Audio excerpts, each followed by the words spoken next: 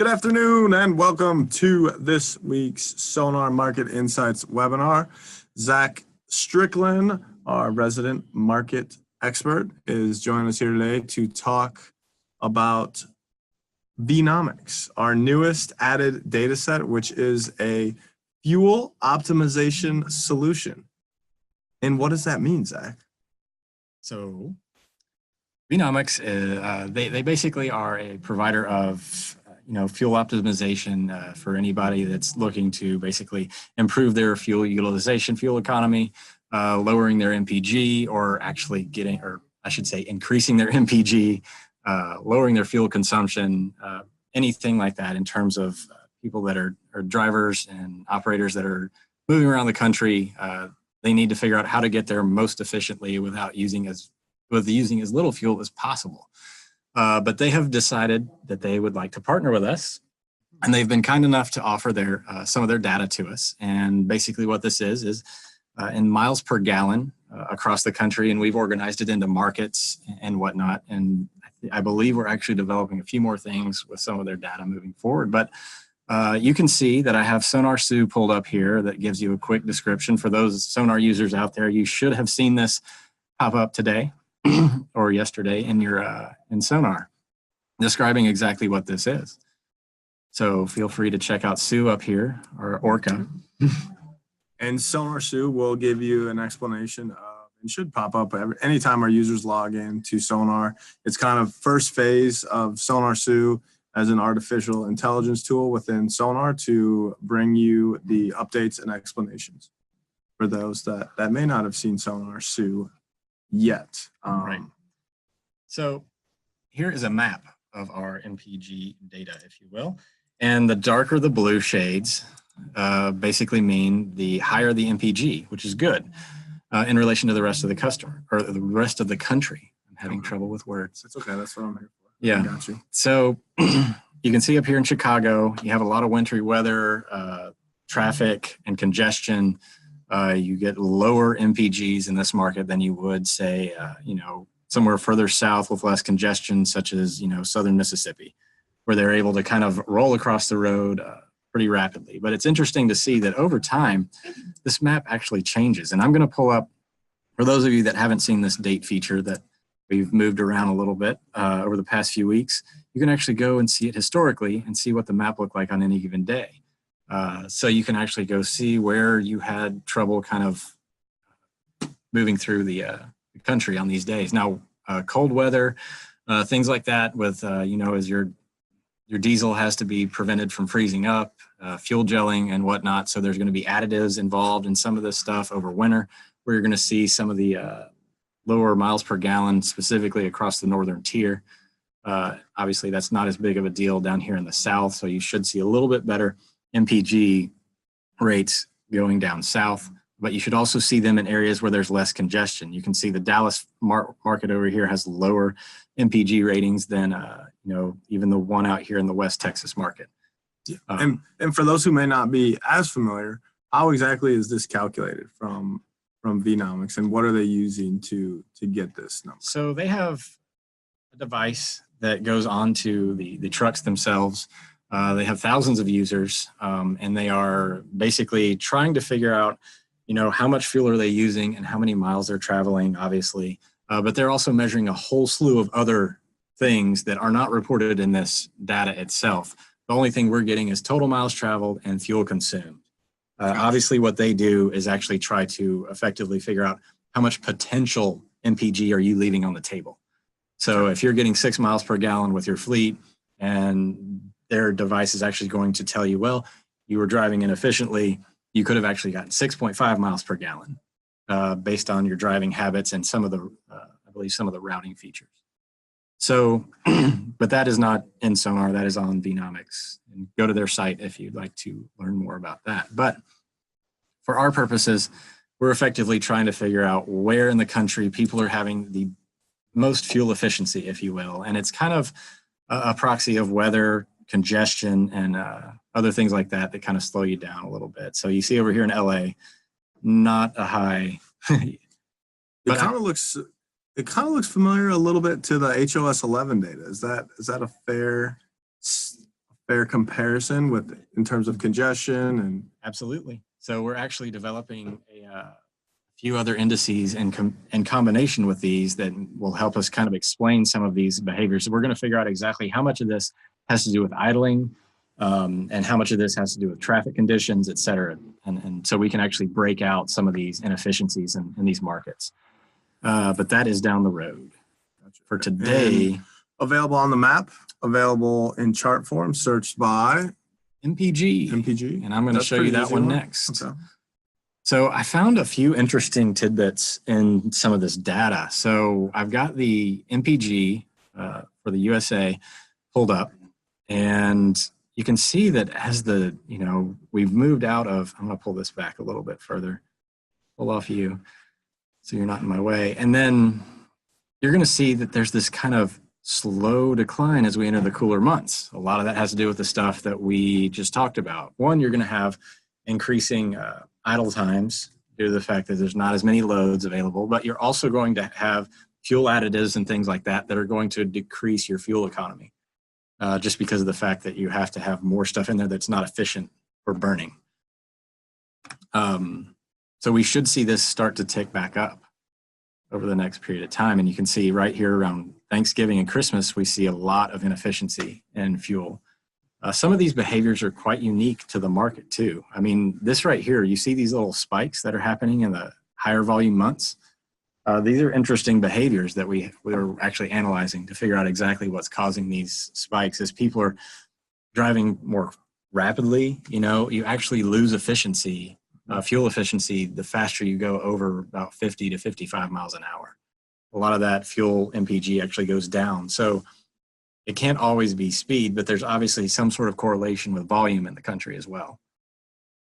And what's the time series, or what's the update on the data here? So you get this on a 2-day lag. And I'm actually going to pull up a seasonality chart to show kind of how long we have this data. Now, one of the things that I found interesting is that you'll see the current year down here in blue, and you see the previous year in the green, and then the year before that in orange. Is there anything that you notice here, Brad, that you might think is interesting?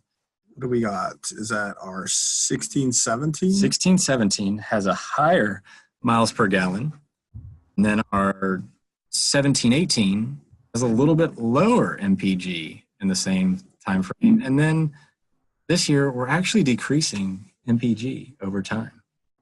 It's an interesting data point because everybody's kind of assuming that we're getting better or more efficient over time with some of these newer model trucks.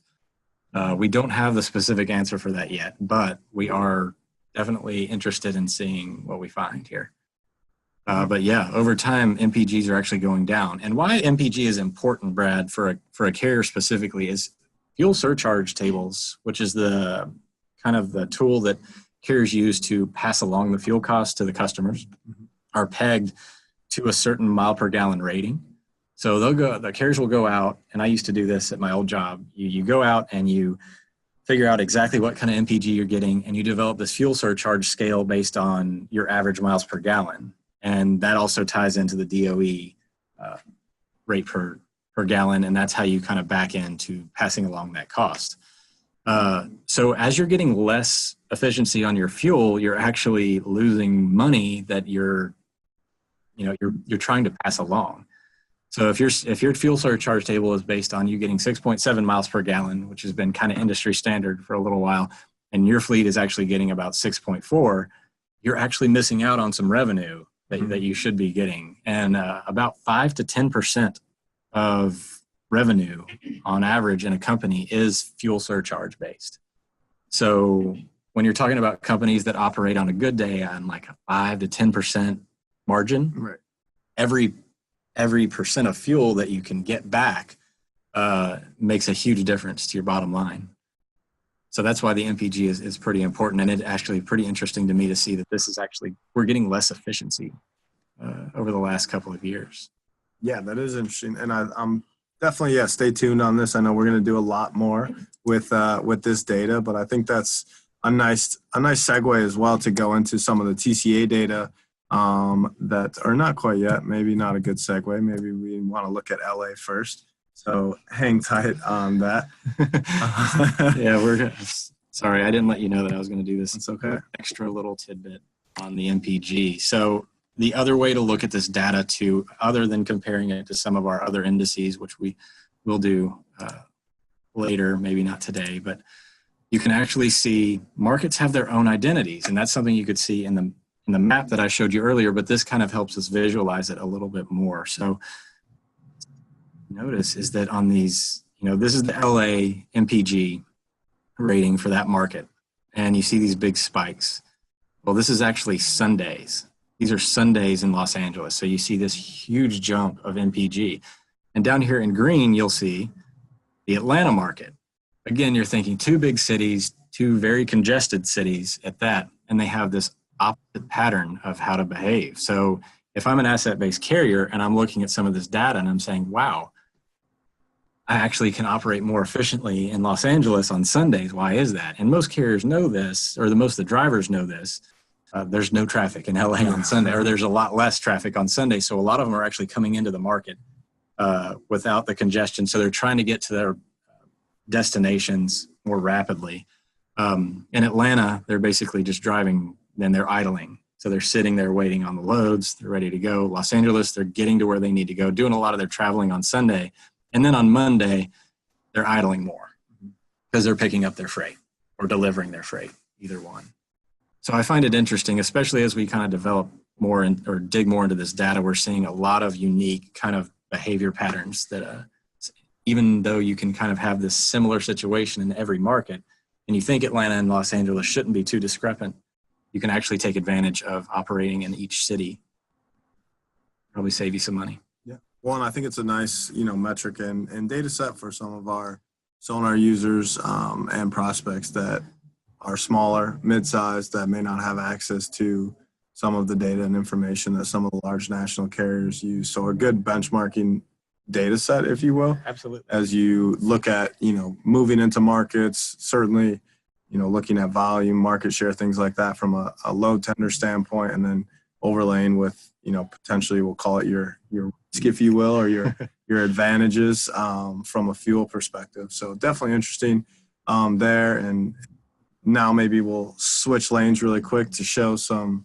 Oh, I don't. Well, you're excited. Yeah. You're so excited to talk fuel efficiency. It's good to hear. So I definitely don't want to stop you if you want to talk some more. So yeah, do you mind giving us a quick? I know a lot of people that are on would potentially have already heard or know or are familiar in some way or another with the Truckload Carrier Association data. We've recently upgraded it to show equipment specific, and it's a little bit different data set. So you want to just explain what we're looking at now and what's available. Yeah, so we have dramatically upgraded our Engage data, our TCA data, by adding the equipment types to each granularity that was offered before. So now we have flatbed, dry van, and in the data set here, and they're going to offer you a lot more depth. This is outside of the best practices group, mind you. So there is a less stringency on the data reporting itself, but the data set is actually quite a bit larger. So you're seeing a different data set. They're all separated out, but you're able to kind of see how each equipment type operates and how well they're doing in terms of benchmarking in truckload or in trucking. So now you can go into each one of the TCA data sets and look at flatbed, dry van, and break them out individually. Seeing average length of haul going up for flatbed, for instance, is a pretty big deal. It looks almost like there's some sort of seasonality involved here, but I think we all know that the flatbed market is kind of fallen off. This is not its time of year over winter. And then it starts picking back up. And we saw this in some of our tender rejection data. We had this late season for flatbed movement here at the end of November, early December, and it starts kind of picking up. These are going to be reported monthly on the same kind of lag as the regular TCA data as it comes available, as they're reporting. And we obviously have to have enough reports to post this information, but we should be getting a lot more of this data. It's going to give it a lot more depth. Yeah, no, absolutely. And did we add any more data sets or just the granularity? No, we just added the granularities. So each one of these, where available, it's surprising to me that we have a brokerage revenue for flatbed, but we do have it. So it's pretty interesting to see. Again, a lot of these are broken out. They're your typical truckload metrics, the benchmarking data that a lot of people talk about on earnings calls, things that, in terms of driver efficiency, operational and in combination with some of the financial metrics to kind of help you understand how effectively they're operating. A lot of carriers out there are pretty interested in knowing how they're doing in comparison with the rest of the industry. Now, if you're specifically a reefer provider, you can go out here and check out, well, let's see how well the empty miles percentage is going on my end. Look, I'm getting 10%. And the industry standard's operating around 14. So you're doing a lot better than you thought you were. Obviously, as the market cools off, we get a lot more deadheading miles, or empty miles, if you will. I find it interesting that back here in July, peak reefer season, if you will, around May, June, they were starting to deadhead more. A lot of that also comes from the fact that they're getting more money in this time of year, so they're more willing to deadhead a little bit further out as they bury it in the cost. But there's all sorts of good benchmarking information in here. Now you can break it out by your specific area of focus, which I believe most of the market is interested in dry van, but reefer and flatbed is also in there as well. It's very good. Thank you. And I think this is a good week. We've had some nice movement. We've been running our development guys a little rampant with the 3.2 upgrade and still trying to add some data as well. So I think it's a good opportunity for us to do a little bit of a market review. I feel like we haven't done that in a while. I know you guys are doing it all the time, of course, on FreightWaves Now, which if you guys have not checked out the FreightWaves Now daily videos, they're awesome. They're available on FreightWaves.com. And also, of course, the articles and the charts of the week that Zach and his team are putting out. But let's jump into a quick market review. There's certainly been some movement. It seems like we're coming out of a little bit of the winter, our slower period. But at the same time, the market seems to be somewhat subdued. Yeah. Well, this is also actually a point I wanted to cover today in terms of data. We just celebrated our year anniversary of the OTVI for the other 131 market or 129 markets of the nation. So now everybody has year-over-year data for the outbound tender volume index. We have hit a year. We've turned over a year with the so happy birthday OTVI. Happy B-Day. Yeah, and something important to note is that OT volumes are up. And how much are they up? What are we looking at right now? It's not a lot, but it is year over year. We're about, March 1st. For those of you that don't know, here's a good review for that. The index was started on March 1st, 2018, with a base value of 10,000. So looking at this number over here, you can see it's 76 basis points higher. Or 76.64 basis points higher, I should say, because that means... It sounds good when you say it, but what does it mean? What does it mean? So that means that we are actually doing well in terms of outbound volume in the country. Having a higher value than when the index was started typically is a good thing, especially when it's 1 year later. Mm-hmm. We are a few days into it, though, and we're still up a little bit because back here you can see about... What day are we on? We need to find March 5th, and it's very close to the edge here. I can just pull out just a little bit more. There we go. So about March 5th last year, we were at 99.84, and now we're sitting at 10,076. So we're actually slightly higher year over year, even though everybody thinks this is actually a subdued market. And it is a subdued market in terms of capacity. So pulling up our 10 projected and putting that on our handy dandy dual display. For those of you that have seen our webinars, you'll know about our display features. You'll have absolute, relative, and dual. Dual is good to compare two indices that are disparate in terms of their y-axes. So this is easy to compare two items that don't necessarily have a common base value. So percentages and absolute values obviously very different. You can put those on dual axis and see exactly how they compare over time. You can also put those on relative to see how they're moving over time in terms of, if one goes up 5%, the other goes down 10%. You'll see that kind of spread apart. So, and you can also compare multiple items on the relative and absolute, but you can only compare two on the dual. It's the dual axis. So tender rejections have come down quite significantly. Now, it's hard to see on this map exactly, or this chart exactly, how far they've actually kind of ticked up a couple of bits over the last 2 days.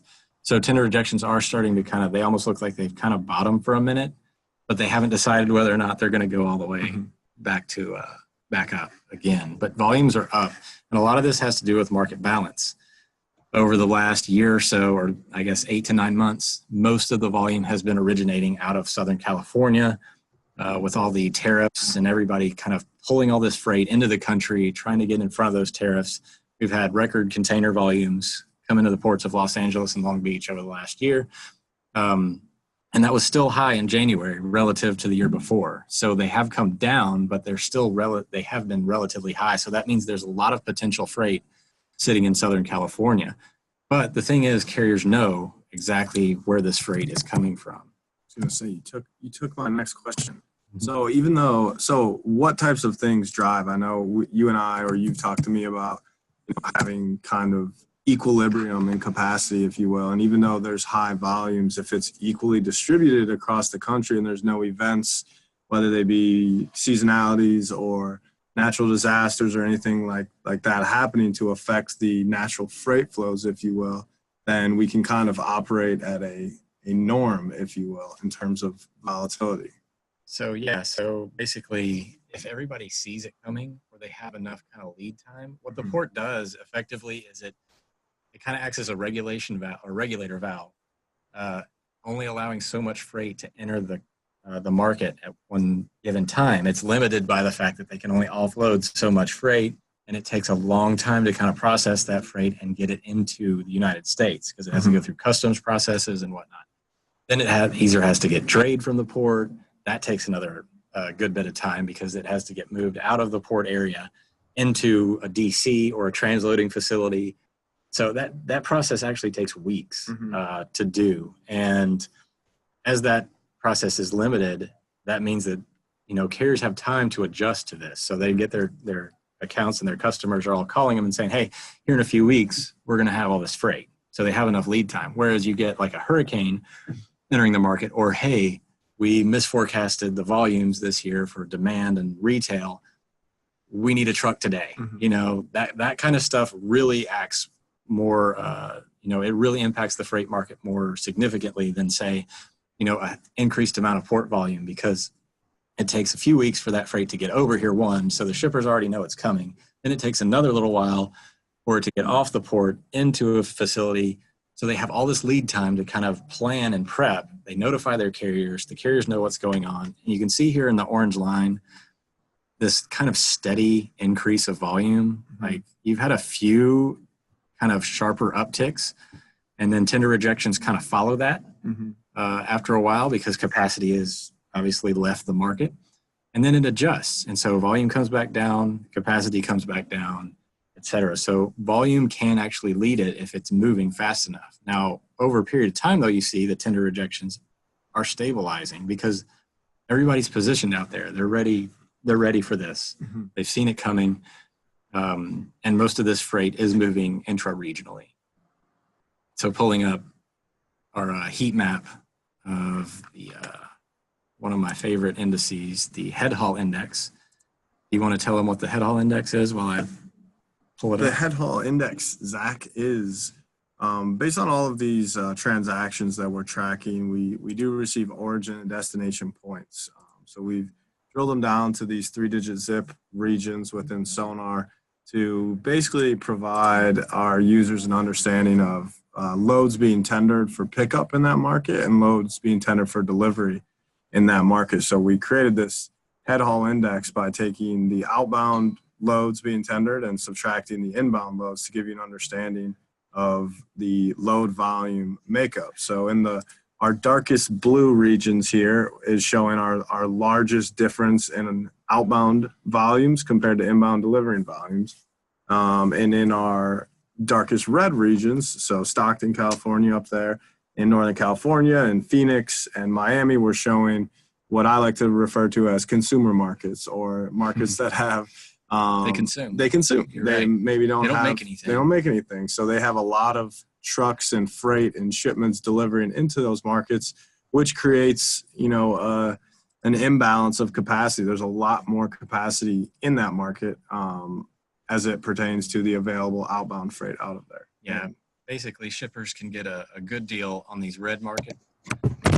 They're going to get a less good deal on these blue markets, I should say, especially right now. But something we've noticed over the last week, obviously volumes have been driven by the Southern California activity. A lot of this freight is getting positioned into LA's favorite destination points of Phoenix and Stockton, Northern California up here. But a lot of it, what you can't tell, is some of it's actually getting repositioned just off the way here in Ontario.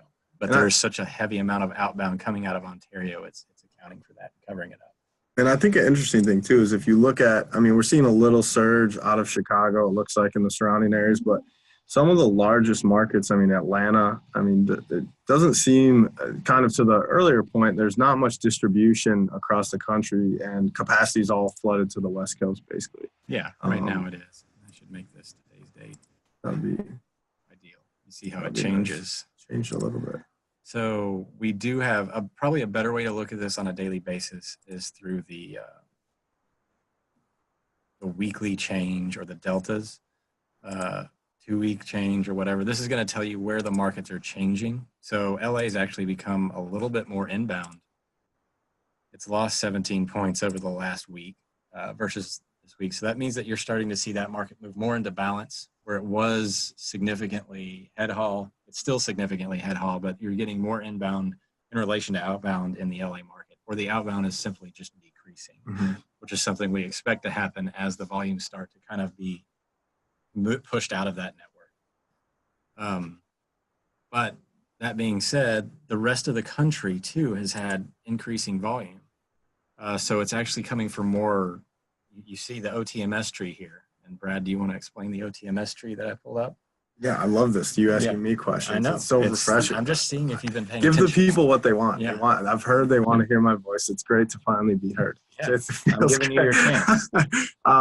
So our OTMS tree, our tree tiles, or our tree map, if you will, is ranging, and we're looking at market share. So from the very bottom right, which you can barely see, if you hover, they will pop up, are the lowest market share, percent market share in terms of outbound volume. Way up, moving to the left, top left corner are the markets in the lower 48 that have the greatest amount of outbound volume as it is compared to the rest of the nation, based on a 100% total or piece of the pie. So all of these markets, if you added all these numbers that you see up here in the bottom smaller font, they all add up to 100% of market share. So Ontario's outbound volume is actually 4.87%. So if there's 100 loads in the United States today, 4.87 of them, as weird as that would be, are coming out of Ontario. 4.26 of them are coming out of Atlanta, and you get the point. That's a little different from our outbound tender volume index, where it's not a relative percentage, but more of a general index value. But you see there's a lot more green on here showing up in some of these bigger markets that are not in Ontario and Los Angeles. So one of the things seasonally we expect to see is more freight starting to originate in the South. Midwest typically starts to pick up a little bit.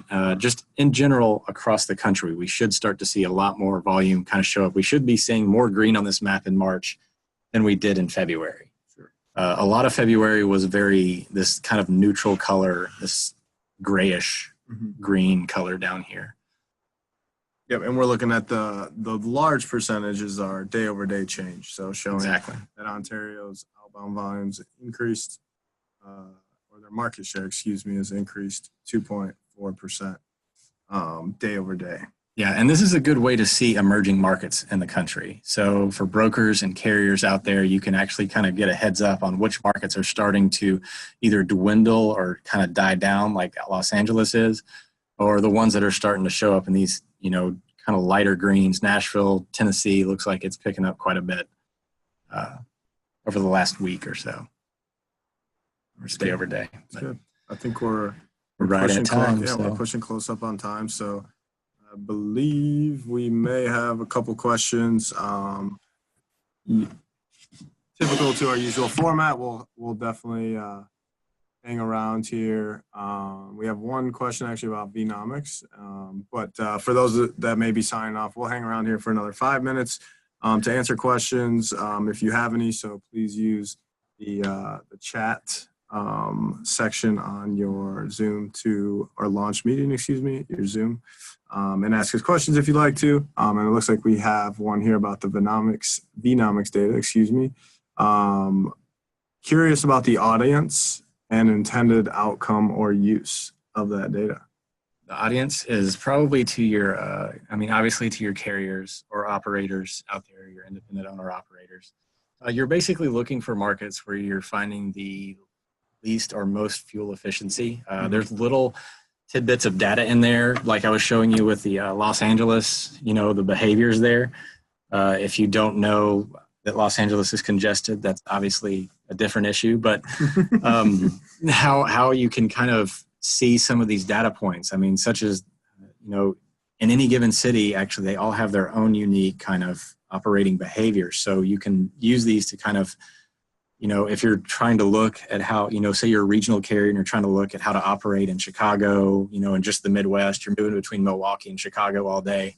You can kind of use this information to gain some insight in how you need to be operating. Like maybe you need help with your fuel optimization. Maybe you are just looking to see how well you're doing with your equipment versus the rest of the country. So maybe it's time to go get some new equipment, et cetera. So, or maybe your drivers are actually not, utilized, like you're getting like 6.2 miles per gallon on average. The market average in that space is 6.7. You're way off. You need to figure out what you're doing wrong. So you should be able to, and those fuel efficiencies are very, I don't want to say ignored, but they're overlooked. That's one of those little things that carriers can do to really gain an extra, dollar or two on every freight bill in terms of profit or revenue. And as far as intended use too, I know we do have some things in the pipeline in terms of what we want to do with fuel efficiency and overlapping and using some of our data alongside of the Vnomics data, but this is kind of our release of their information within SONAR. So stay tuned for kind of things we're going to do further with the Vnomics data and information. And again, we'll kind of hang around here for a few more minutes. If you have questions, please feel free to ask.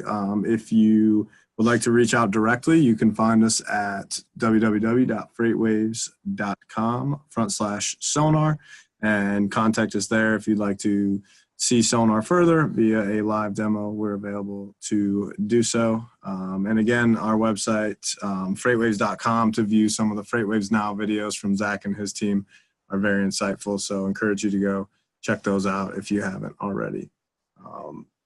So we'll be here for a few more minutes. Thanks, guys, for joining us this week, and we'll see you next week at 2 Eastern for the SONAR Market Insights webinar.